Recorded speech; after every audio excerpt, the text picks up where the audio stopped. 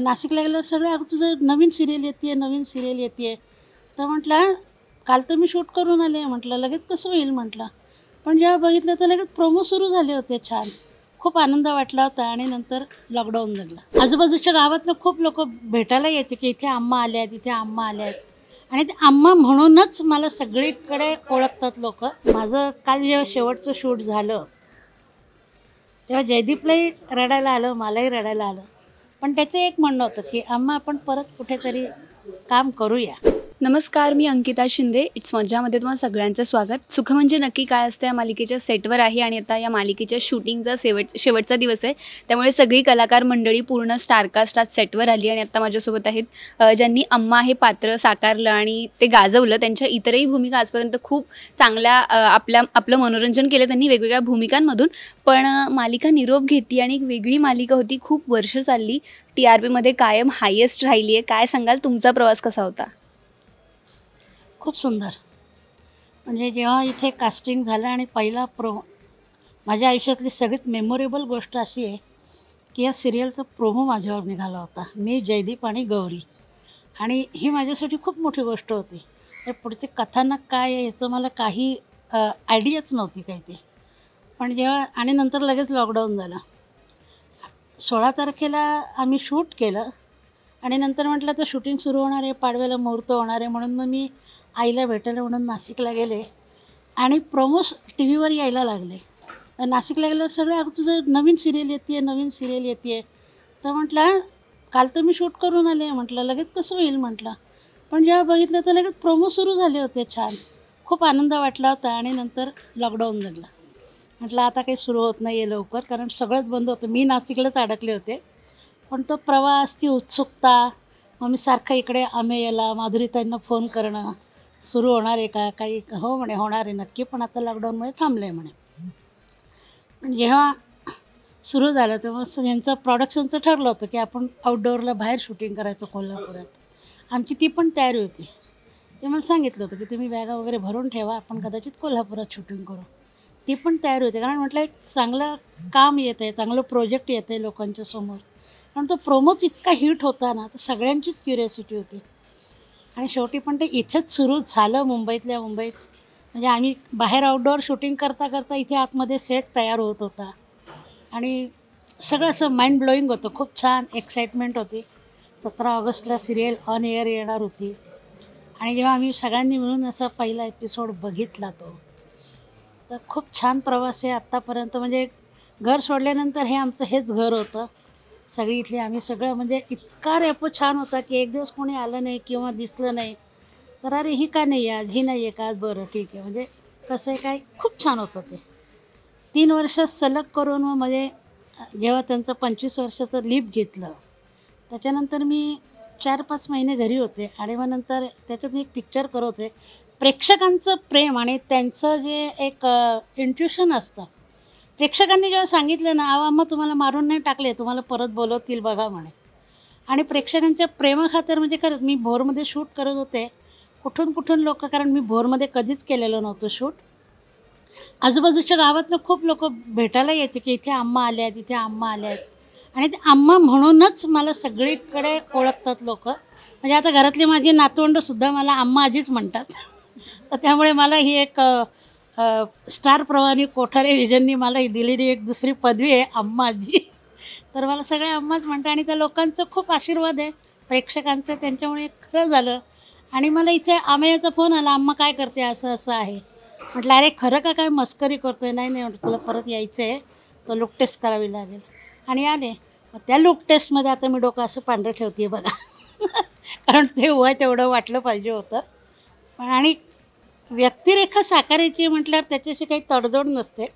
त्या व्यक्तिरेखेत आपण चपखल बसायला पाहिजे असतं, ती उतरवायला पाहिजे असते. सुंदर दिसणं हा भाग नसतो माझा. ती व्यक्तिरेखा मी अम्मा वाटली पाहिजे, मी तेवढ्या वयाची वाटली पाहिजे, ह्याच्यावरती माझाही जास्त भर होता.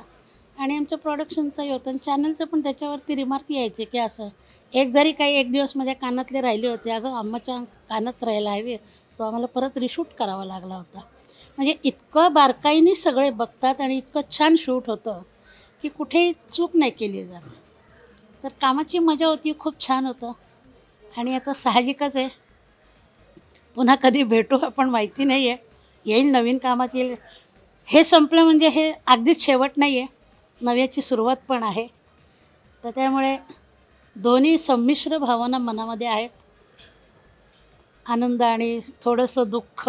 दुःख जास्ती नाही, फक्त आम्ही काय सेटवर इथे काही उद्योगांबेचं चालूच आहे. आम्ही येऊ शकतो, भेटू शकतो आठवण आली तरी. सेट आमचाच आहे असं आम्ही अजून आपलेपणानेच म्हणतो आहे.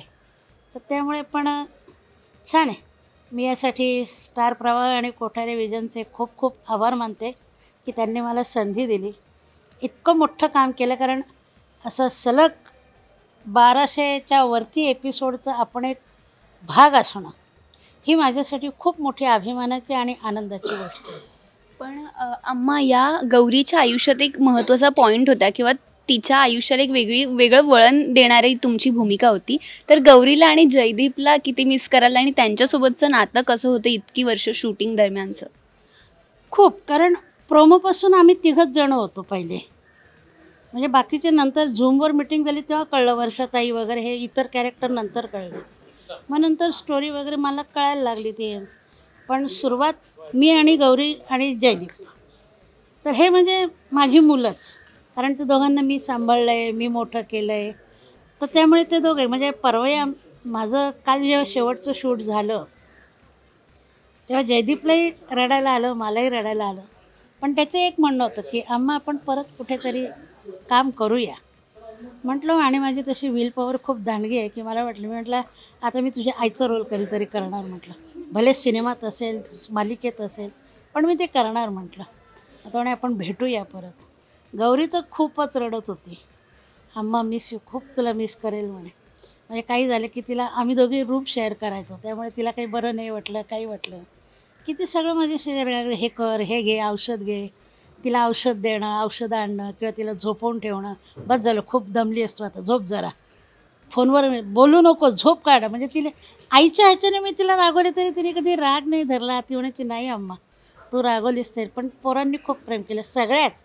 उदय काय, मल्हार काय, हे शालिनी काय. म्हणजे शालिनीचं वैर जरी दाखवलं होतं पण ती बिहाइंड द स्क्रीन फार प्रेमळ आहे तशी. ती सगळ्या वर्षाताईंबरोबर काम करायची भीती होती की कशा असतील, कारण त्या खूप सिनियर आहे, खूप मोठ्या आहेत, त्यांचा अनुभव दांडगा आहे.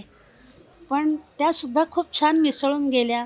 तर त्यांनी आमचं टेन्शनच दूर करून टाकलं की आम्हाला जी भीती होती ह्या कशा वागतील किंवा आमच्याशी बोलतील.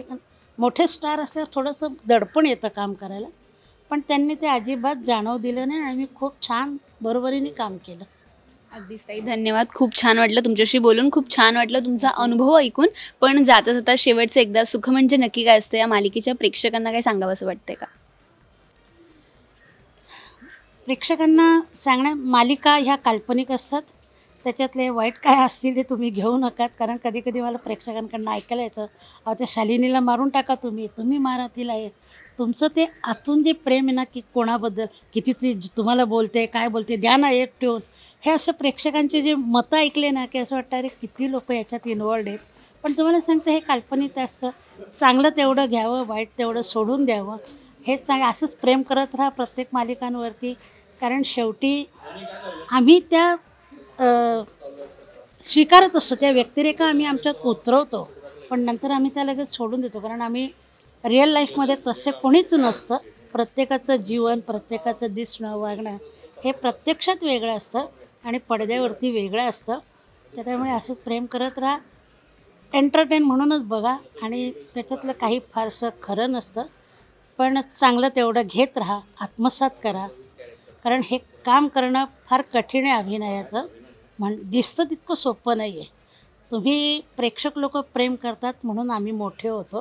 तर तुम्ही कलाकारांवरती असंच प्रेम करा आणि आम्हाला मोठे करा, आशीर्वाद ठेवा, एवढंच मी सांगू शकते. धन्यवाद ताई, आणि तुम्हाला सुद्धा तुमच्या पुढच्या वाटचालीसाठी खूप साऱ्या शुभेच्छा. थँक्यू. धन्यवाद. मराठी चित्रपटसृष्टीमधील latest update, original web series, shows, गाणी आणि एंटरटेनमेंटसाठी आमच्या चॅनलला सबस्क्राईब करा आणि बेल आयकन दाबायला विसरू नका.